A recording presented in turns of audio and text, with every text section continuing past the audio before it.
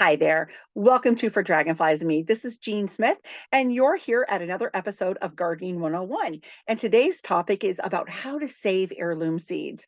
A lot of people have asked me about this topic, and they seem really, like this is a lot harder than what I thought it would be. What are the proper steps to saving my heirloom seeds, and why can't I save hybrid seeds? Well, that is another topic for another day, but I will just touch on that briefly in this episode, but I'm going to be primarily talking about how to save and preserve your heirloom seeds that you've been growing this year, some tips and tricks, and a lot more. So, as always in my Gardening 101 episodes, I have created a beautiful PowerPoint for all of you. And again, I'm going to read pretty much from that PowerPoint and then be interjecting with lots of tips and tricks and other bits of information along with that. The reason I like to do that is because the PowerPoint provides you with the detailed information that you can take with you from this. But then I like to share some other, tried and true tips and things that I have personally done that it would just be too much in a PowerPoint. So before I get into that PowerPoint, if this is your first time here, again, welcome to For Dragonflies and Me. I'm Jean Roman, and I would love for you to smash that likes button and smash that subscribe button so you don't miss a beat. I will be doing a lot more videos coming up here with some fall gardening as well as planting your garlic. I'm a little behind the ball on that one, but I am going to be getting that up and running for you guys. I am going to direct you over to my blog at www.fordragonfliesandme.com after this episode to show you another step-by-step so you can actually see pictures of how to save seeds. I'm going to demonstrate my lemon cucumber on how to do that. Cucumbers are really easy, and tomatoes and any other fruit or vegetable that you're saving that is like kind of goopy on the inside that has a lot of pulp, this is the best way to save those seeds. So let me share my screen, and here we go, share. And I'm going to make this a slideshow so you don't see all the other stuff. And here we go. Welcome. Again, welcome to For Dragonflies and Me, tips and tricks for the home and garden. Oh, there we go. So welcome again. Today's topic is Gardening 101, Preserving the Past, a beginner's guide to saving heirloom seeds. So you may be saying, some of you who are just tuning in, you might be saying, well, why do I need my own seeds? Just buy them, right? Well, that is always going to be an option, and you can buy both hybrid or heirloom seeds from local stores, your small family-owned businesses. That, keeping your dollars in your local community is also very, very important. But if you are interested in being able to take care of yourself a little bit more, maybe you're a prepper or a beginner prepper, and you really want to just learn, how do I become self-sufficient and not rely on these massive seed companies, local or not, to feed me and my family. So it is very important to me to know what I'm getting and where it's been. So with that, I haven't had a major garden like when I used to have my farm in several years. So the last couple of years I have purchased my own seeds, but this year I thought, you know what? I'm going to save some of my own seeds, including my bean seeds, my Italian Roma, some of my cucumber seeds, and for sure my tomato seeds. Some of the other things are a little harder to do, like lettuce seeds, and that's got to do a lot with, how far apart you are keeping your plants, and we're going to talk about that. But um, saving seeds also saves money depending on the size of your garden. And this can be a substantial amount when you really look at seed packets, but not just seed packets, buying them in your local stores. But if you're having them shipped, sometimes shipping and handling costs can be exuberant. I will say though, Baker Creek Heirloom Seed Company, which is one of my favorite. This year at least, I can't say what they're going to do for 2024 seeds, but there was no shipping and handling on any amount of order.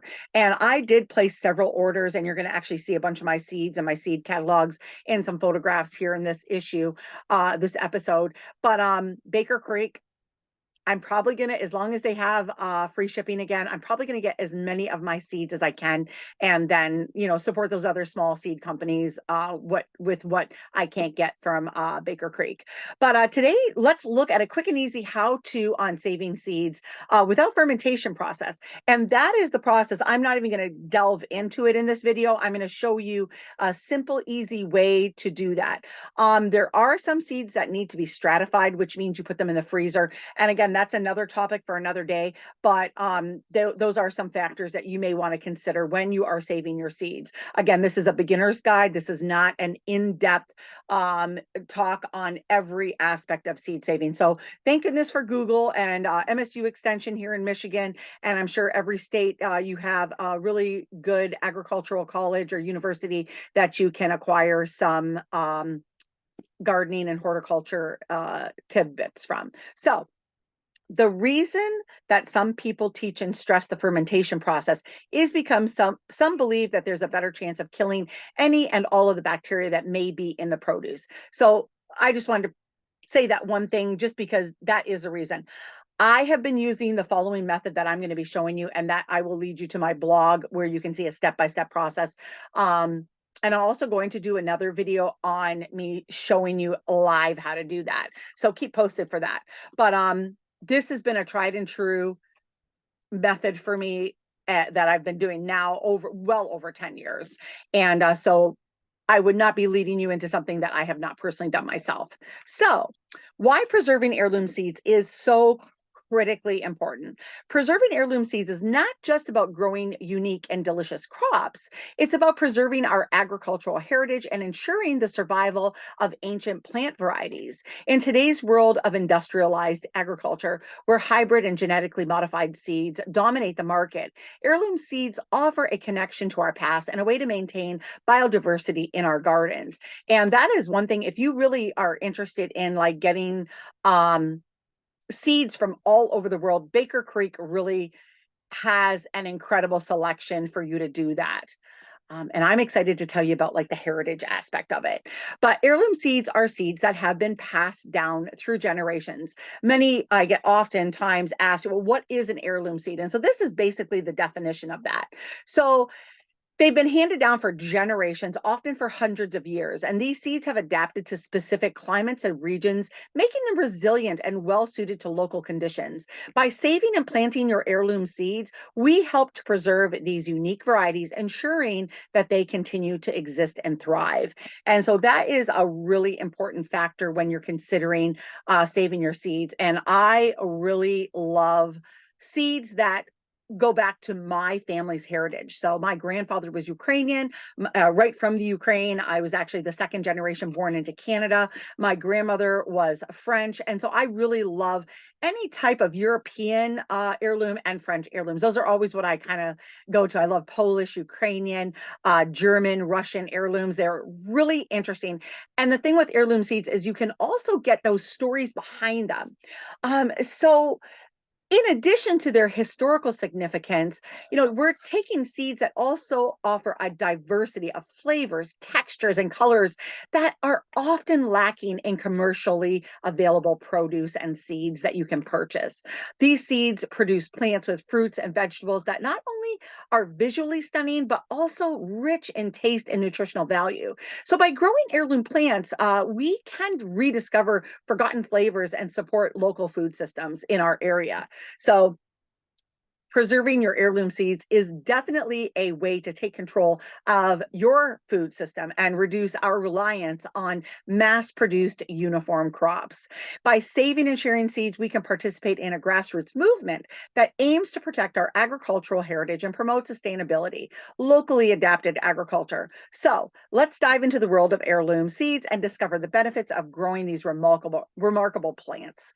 And this was a picture of all my seed catalogs that I was getting last winter and earlier this year, and I was so excited, going into them. And I love the color pictures that so many of these catalogs do offer. But let's now talk about the benefits of growing heirloom plants.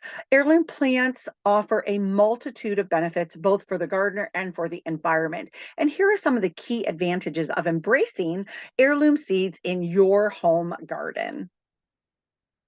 So, before I get into that, I just want to tell you guys, or these are fingerling potatoes, and I sell these at the farmers market that I participate in on Wednesdays at Walled Lake, in downtown Walled Lake, Michigan. So if you're ever in or around the area, I'm going to be there every Wednesday through the end of October.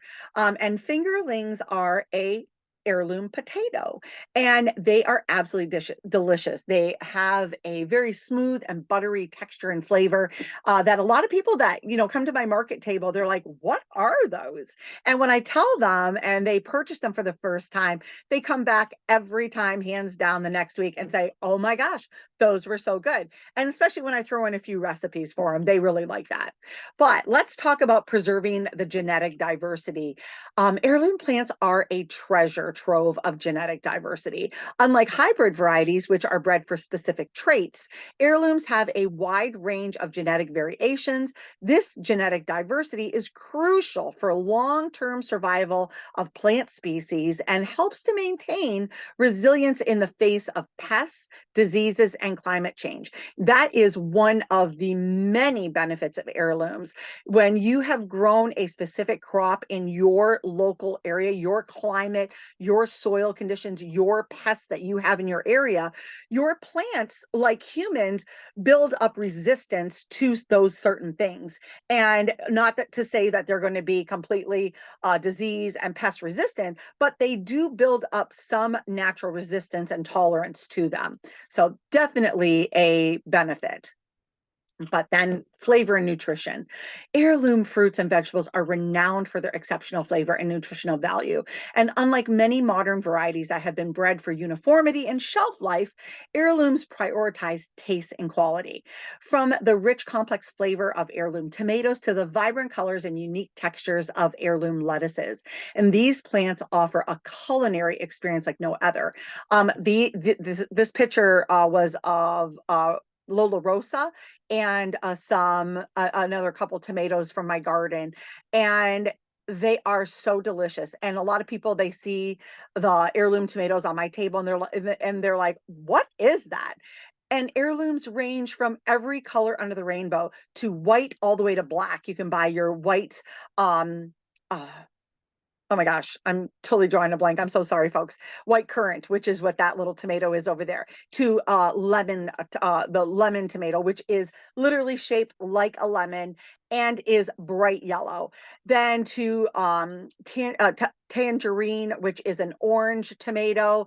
And then you get variegateds like the big rainbow. Then you get your black crims, your Cherokee purples, and of course your standard reds like, oh my gosh, Thessalonica or Thessaloniki, and then you can get your better, and then your mortgage lifter. So there's cherries all the way to Romas and salad tomatoes to beefsteaks.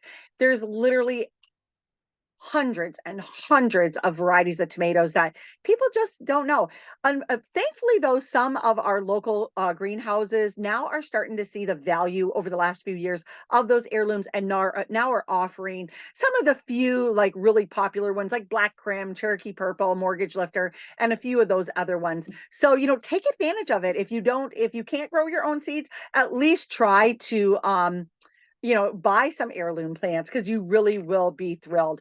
And lettuces as well. Oh my gosh, there are literally hundreds and hundreds of lettuce varieties that are just beautiful and that are suited to different temperatures and climates across the country. And we'll talk about that again.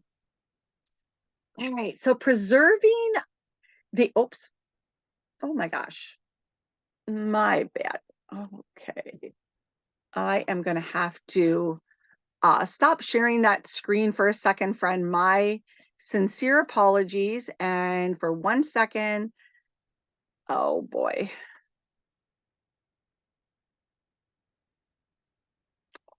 Well, that's not so good. Okay. I am having trouble getting back. Okay, there we go. Let's go back. I am so sorry, friends. All right, little malfunction there. Okay, so preserving our cultural heritage, this is kind of my favorite thing, like what I was talking to you guys about a little earlier, about growing plants from my family's heritage. So, preserving our cultural heritage is really important. And when you buy heirloom seeds, you can do that. And they care, and many different seed companies carry them with the stories and the traditions of generations past. And you can see here in this um, a photograph that I took of one of my seed catalogs. I want to say this is Seed Savers, but for Alunculus, this is an Austrian variety of lettuce that I've always grown and I love it. But the first time I took it to market, people are like, "What are all those rust spots on it?" I'm like, "No, no, no. This is not your, rust spots that you get from cutting with a knife into a head lettuce. These are supposed to be speckled, and it's speckled troutback, or speckled like a trout's back is what this translate to. But it is an absolutely beautiful romaine lettuce and flavorful beyond belief. But a lot of the seed catalogs will tell you the story behind those heirloom seeds, which is, really one of the things that I love personally. So many heirloom varieties have deep cultural significance, representing the culinary traditions and agricultural practices of different communities and regions across the world, the globe. And by growing these plants, we honor and preserve those cultural heritages, including our own. So, definitely look up. You can even Google, Polish heirlooms, French heirlooms, Russian heirlooms, German heirlooms. You will find a slew of them.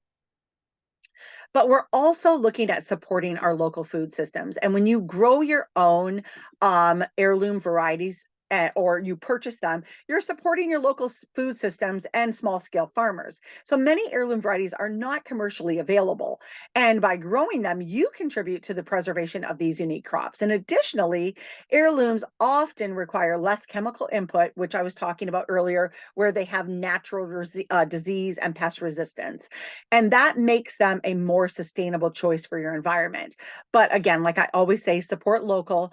If you cannot grow, if you don't have a space for a garden, or you just don't have the time, or whatever the reason may be, I really encourage you, support your local farmers markets, because there are a lot of great farmers out there that are growing organic and heirloom crops. And even if they're not organic, that's not important to you, that's okay. I still recommend, shop at the farmers market and support those incredible people that are going there every week to support you. So now that we understand the importance and benefits of growing heirloom plants, let's look at how to choose the right plants for your garden. So choosing the right heirloom seeds for your garden can be an exciting but overwhelming task at times. With literally thousands of varieties to choose from, it's important to consider factors such as climate, space, and personal preferences.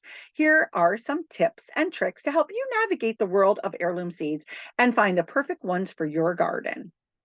So consider your climate and where you're at, your region.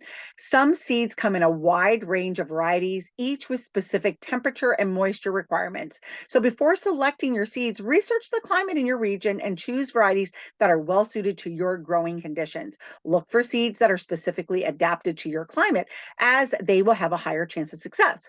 And so if any of you are listening from down south where it's really hot, Arizona, Texas, any place like that, one lettuce that I would recommend for you is Jericho.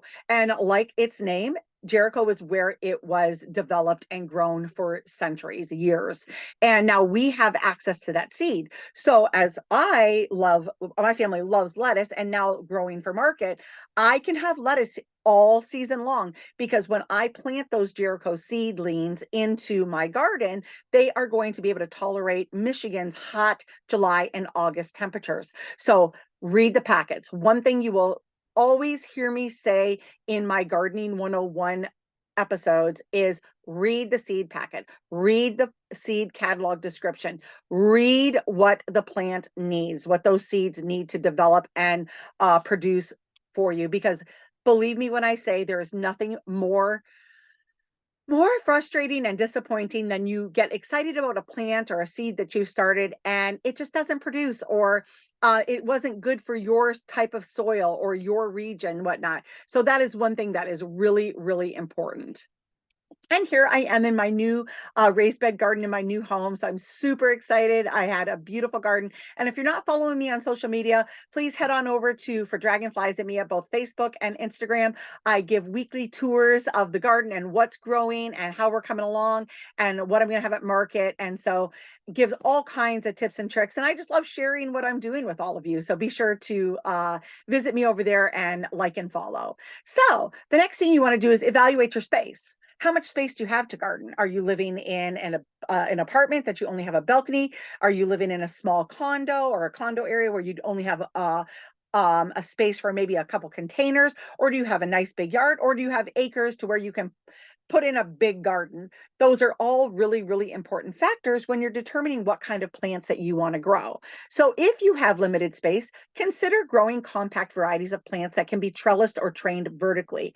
And if you visit my blog and other videos here I have at my YouTube channel, I have a wonderful YouTube and blog on vertical gardening, raised bed gardening, container gardening. So I love to encourage people to garden. And even if you don't have your own backyard, or an area big that you would love to grow, you can grow in containers. And my vertical gardening and container gardening might just be the answer you're looking for. So be sure to check those out. I'm going to have links to those over at my blog when you move on over there after this YouTube video. So on the other hand, if you have ample space, you can experiment with larger sprawling plants. Consider the height, spread, and growth habit of each variety to ensure they fit well in your garden. And that goes back to reading those seed packets and seed catalog descriptions. And I'm going to give you a couple of examples here. So I love to grow Italian Roma beans. And I grew up in Windsor, and I went to a school that was primarily Italians. My two best friends growing up were Italians, literally off the boat from Italy. And I grew up in Italian homes, enjoying Italian food, like traditional Italian food. So that is another heirloom that I love to find are Italians. And so my very favorite bean, if I could only grow one, would be Italian flat Roma beans. And they are a nice bush bean. They're not a vining bean. A lot of people don't realize that there are beans out there that vine like 12 feet long. Tomatoes. There's two types of tomatoes, indeterminate and determinate. And I have a whole video and blog on that as well, on the differences between those two types of tomatoes. Determinate tomatoes are where they're going to generally they are a bush type, so you're going to be able to control them to a degree within a tomato cage or in a pot, whatnot.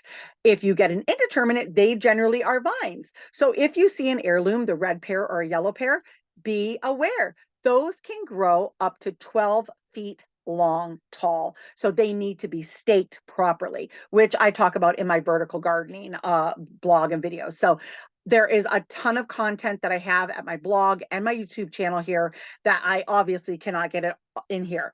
Another example that I want to give you, if you love zucchini, I love round anise, and that was one of the pictures in the very beginning of this video. Round anise is a bush type zucchini. It does sometimes get one long vine, but it is controllable. And that's little Frank. If you follow me on Facebook, you know Frankie Fridays, and he's talking in the background. Got to go to bed, Frank. You don't get to talk in this video. But Round Denise is a French heirloom, and it is a beautiful heirloom. It's like a green and white variegated speckled on the outside. And it gets to be about the size of maybe a big softball, and it is phenomenal. So read the packet descriptions, read the seed catalog descriptions before you purchase. If you buy your plants at greenhouses or local nurseries, read the plant description. And if it does not give those descriptions, ask the person working there. They should know. And if they don't know, Google it. All right. So now what you need to do is assess the area and what varieties you want to grow. So assess your needs. Some heirloom varieties have a longer growing season, while others are better suited to short growing seasons or cooler climates. I am growing in zone 4 or 5. And so I can start my lettuces and stuff in April.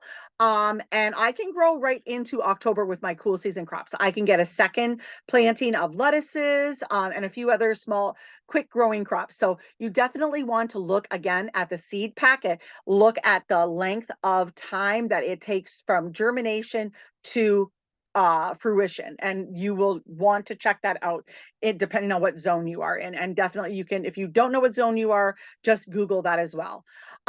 So determining the length of your growing season and choosing varieties that can mature within that time frame is essential. So if you live in an area with a short growing season, look for early maturing and cold tolerant varieties, and vice versa if you live in hot climates. You are not going to be able to grow peas and lettuces in the heat of your summer.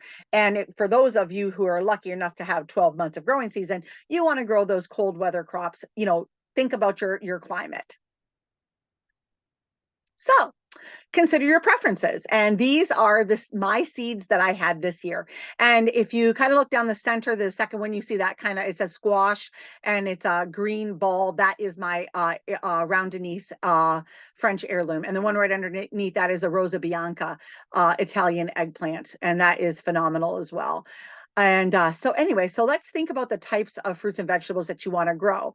So consider your area and how much space, your growing season when you're choosing your heirloom seeds. If you love tomatoes, explore the vast array of heirloom tomato varieties available, each with its own unique flavor profile. If you're a fan of spicy foods, consider growing some heirloom chilies. So by selecting varieties you enjoy, you're going to be more motivated to care for and harvest your plants. So definitely you want to take all of those factors into consideration. So remember, heirloom seeds are not limited to just fruits and vegetables. They're also heirloom flowers and herbs available as well, which can add beauty and fragrance to your gardens. Take some time to explore different catalogs and seed sources, read reviews, and seek recommendations from experienced gardeners to find the perfect heirloom seeds for your garden. And if you're interested in finding out if I could only grow one, I have a really interesting blog and a video that I talk about, and it is Heirloom Seeds again. And if I could only grow one, I tell you all of my favorites. Gotten a lot of good feedback on that one. So, like I said earlier in this video, I'm going to also be doing a live video of saving seeds. And this is what I'm going to be showing you all. These are an heirloom cucumber. And when I bring these to market, I get so many oohs and ahs, and people just love them. You can eat them just like an apple. They're super good. I always tell people, if when you buy regular traditional long green cucumbers, sometimes it's too much to eat in a salad unless you just want to eat it all, or if you're using it as an appetizer. But for most people, if you're just tossing some cucumber in a salad, lemon cucumbers are great. They're about the size of a tennis ball, and they are bright yellow, and they can be a little seedy, but if you pick them a little earlier, then they're not quite this seedy. Please remember this photograph of this lemon cucumber. I let it develop completely so that I would have mature seeds. So now let's talk about saving and storing your heirloom seeds. One of the most rewarding aspects of growing heirloom plants is the ability to save and store seeds for future use. Seed saving allows you to become an active participant in the preservation of heirloom varieties and ensures a continuous supply of plants for years to come. So here are key steps involved in saving and storing heirloom seeds. And there are some beautiful lemon cucumbers. So always, number one, look for healthy plants. When saving seeds, it is so important to start with healthy plants. Choose plants that are disease-free, vigorous, and have desirable traits.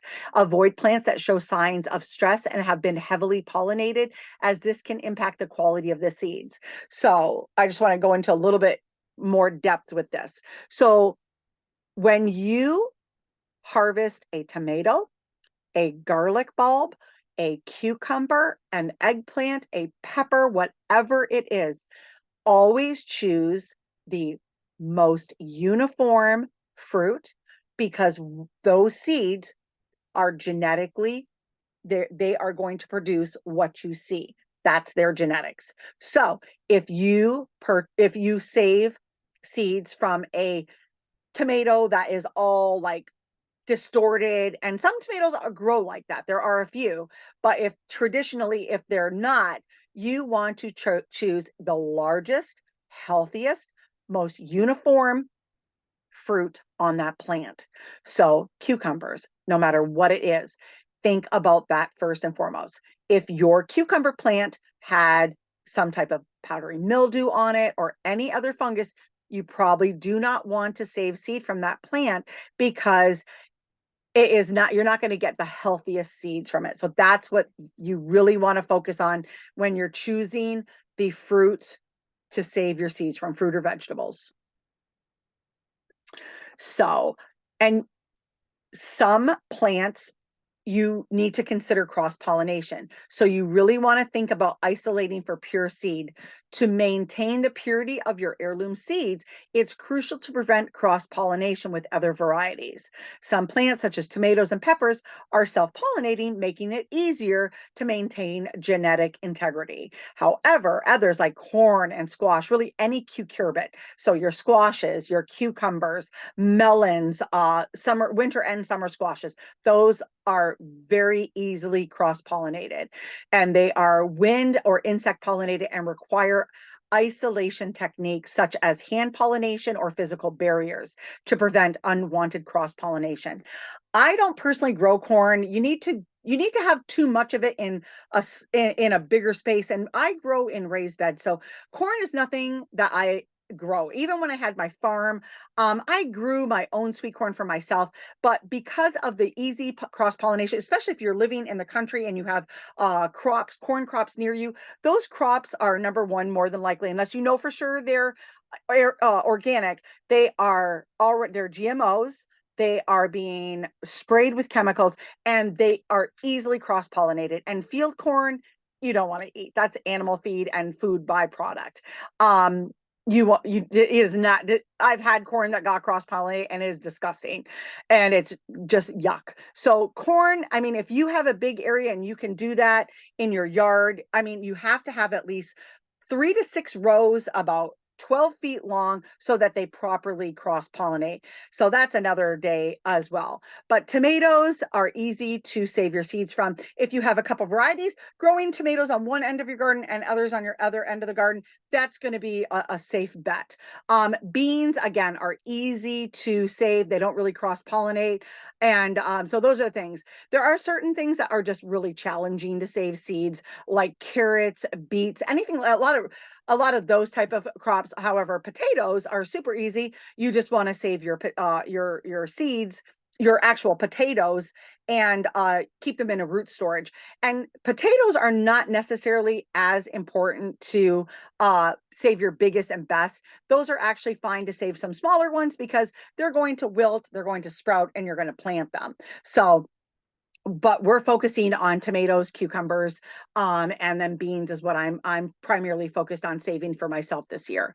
So so cross-pollination and keeping your vegetables in a safe distance is something you really want to take into consideration. And if saving your seeds and planting them is something you really want to delve deep into, you might want to like Google a little bit more information specifically to the plants that you want to grow. This is a broad explanation and basic seed saving. So the harvest and processing the seeds. Once your produce has been harvested and you have your mature fruits or flowers, if you're saving like marigold seeds, super easy to save, it's time to harvest those seeds. So you really need to allow the fruits or the flowers to fully ripen, which we talked about a little bit ago, on the plant. You don't want to take a tomato off and let it ripen in your window. You can save the seeds, but I don't believe you're going to get as high a percentage of germination rate. So you want to carefully remove the seeds. Depending on the plant, this may involve extracting seeds from fruits, drying flower heads, or collecting seeds from the pods like beans or peas, any legume. Properly clean and dry the seeds to remove any debris or moisture that can lead to mold or fungal growth. So as you can see in this photograph, I'm actually using a melon baller to take those cucumber seeds out of that plant. And then what I've done is I put them in a strainer under cold water, very carefully, kind of swish it around, touch it so that the pulp gets out of it. But again, I'm going to be giving a very concise, doing a very concise video on saving those seeds. I'm going to throw in some a tomato and some beans as well. So storing your seeds, as you can see on in this photograph, this is how those cucumber seeds, once I washed the pulp off and got them cleaned, I put them on a dry paper towel on just a paper plate, and then I left them on the counter for about 3 days, 4 days until they're fully dried out. And then I put those seeds in the freezer. So that allows them, they will store longer when frozen. And so next spring, when I get those seeds out, I'm going to get a much higher germination rate. You do not want to keep them in any dry, sunny location. You will dry them out. So you want to, freezing them is the best possible way to store them. So to maintain proper storage is essential to maintain seed storage and for the best possible seed germination rate. So keeping them in a cool, dry place, preferably an airtight container, such as the glass jars or seed envelopes. Again, in a cool, dark space.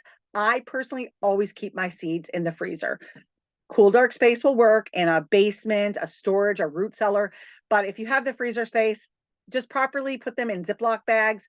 I leave them on the paper towel like this. You can see as I dated it, I wrote what they were. I fold them in half. I put them in a Ziploc bag. I also put what it is on the Ziploc bag, and I put them in a freezer, and I know I'm safe for the next year. So you can consider adding decadent packets or storing the seeds in the refrigerator or freezer for long-term storage. Regularly check your stored seeds for signs of moisture or pests and discard any that show signs of damage or decay. So by saving and storing your heirloom seeds, you not only ensure a continuous supply of your favorite varieties, but also contribute to the preservation of these ancient plants. Now that we know how to save and store heirloom seeds, let's look at a few other practices for growing your heirloom plants. So number one thing, common challenges in preserving your heirloom seeds and how to overcome them. So let's look at that. While preserving your heirloom seeds is a very rewarding endeavor, it does come with its fair share of challenges, from cross-pollination to seed viability. Here are some common challenges you may encounter when saving heirloom seeds and how to overcome them. Cross-pollination, definitely the most challenging factor for saving your own seeds. So cross-pollination occurs when pollen from one plant variety fertilizes the flowers of another variety. This can happen in heirlooms as well as hybrid plants. So to prevent cross-pollination, you want to separate different varieties of the same species by sufficiently giving them enough space in your garden. So you can use hand pollination, you can use physical barriers, you can separate them, grow some things on one side of your yard or garden and vice versa. So just ensuring that you are taking proper care to not allow them to cross-pollinate is essential. Again, if you are looking for specific varieties, you may want to just Google the best way to prevent cross-pollination with that variety. So seed viability. Over time, the viability of seeds can decline, resulting in reduced germination rates. To maintain seed viability, store seeds in cool, dry conditions and avoid exposure to moisture, heat, and light. Rotate your seed stock regularly, using the oldest seeds first, always. And conduct germination tests periodically to assess the viability of your stored seeds. So again, I have never had any issues with my seeds storing them in the freezer. And I do not test germination. Also, I don't save my seeds for more than 2 years, and I do use the oldest first. And each year, though, seed viability, the germination rate will decline. So take that into consideration. Genetic drift. Genetic drift refers to the gradual changes in the genetic makeup of a population over time. And this can occur when only a small number of individuals contribute to the next generation, resulting in a loss of that genetic diversity. To minimize genetic drift, save seeds from multiple plants with a variety, or consider participating in a seed exchange or seed banks to introduce fresh genetic material into your seeds. One seed bank that I am very familiar with, and if you're in the Metro Detroit area, the Dearborn Public Library has a seed library. You can bring seeds there, swap seeds. They have an incredible variety there. I've actually donated some there. So Dearborn, Michigan, the Dearborn Public Library, their main location, ask for their team over there, one of their team members, and they will be able to help you. And definitely you can trade swap. So it's a great opportunity. Also, you can also, a lot of areas have plant swaps. Plant swaps will oftentimes have seeds included. So, thinking about that too, a lot of times more flowers, but again, a little bit here and a little bit there. So another common issue is your pests and diseases. Heirloom plants, like any other plants, are susceptible to pests and diseases. Monitor your plants regularly for signs of infestation or diseases and take appropriate action immediately. Employ cultural practices such as crop rotation, companion planting, and good sanitation to minimize the risk of pests and diseases. If needed, use organic pest control methods to manage infestations without harming beneficial insects or the environment. I have a blog on both how to attract beneficial insects as well as companion planting. Again, I'm an organic heirloom gardener, and so those are things that I incorporate all the time. I utilize neem oil minimally because it does not only harm the bad bugs, it also harms our friendly bugs. So we want to take those things into consideration. Also, if you have any plants that were diseased, if you had blossom end rot on a tomato, if you got a fungus or a mildew on a cucumber or any cucurbit, dispose of those plants. Remove them completely from your garden and put them in compost bags. Do not recycle or put those in your compost bins, because those diseases, the spores they will stay. And once you have that in your soil, you might want to think about doing a soil drench with an appropriate organic means to prevent that from coming back the next year. Sometimes molds and mildews can be a little challenging though. So lack of isolation is the fifth issue that we're going to talk about. Isolation is crucial to maintain the genetic purity of heirloom seeds. So if you have a limited garden space or live in an area with a high concentration of similar plants, it can be challenging to achieve adequate isolation distances. Consider using physical barriers such as hand pollination or isolation bags to prevent cross-pollination. And alternatively, explore the possibility of community gardens or shared spaces where growers can collectively maintain isolation distances. And if you're not familiar with a community garden, many communities have them, especially near apartment buildings and whatnot. You definitely want to look for one of those, because if you don't have the space but you really want a garden, that is an incredible option for you. So, by being aware of these challenges and implementing appropriate strategies, you can increase your success in preserving heirloom seeds and maintaining the integrity of these remarkable plants. Now that we've covered the challenges, let's explore a few resources and organizations that can help support you in your seed saving journey. And I already did tell you one with regards to the Dearborn Public Library. So preserving your heirloom seeds is something that we definitely want to work on. And here are some resources that can help with that process for you. Seed Savers Exchange is a catalog, but Seed Savers Exchange is a nonprofit organization dedicated to preserving heirloom seeds and promoting the practice of seed saving. They maintain a vast collection of heirloom varieties and offer a seed exchange program where their members can trade seeds with other gardeners. Very cool program. Their website provides valuable information on seed saving techniques. So that's another great resource for you. Plant descriptions and gardening resources. Definitely use this. I have used it many times. Again, an MSU extension office like for here in Michigan is another great resource. Any local extension. So local seed libraries, like I just mentioned, Dearborn Public Library has this. Many communities have established seed libraries where individuals can borrow or exchange seeds.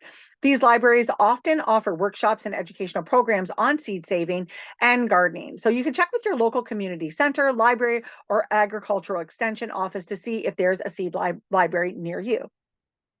Online seed sources. There are numerous online seed companies that specialize in heirloom and open pollinated varieties. Some reputable sources include Baker Creek Heirloom Seeds, Seed Savers Exchange, and Johnny Selected Seeds.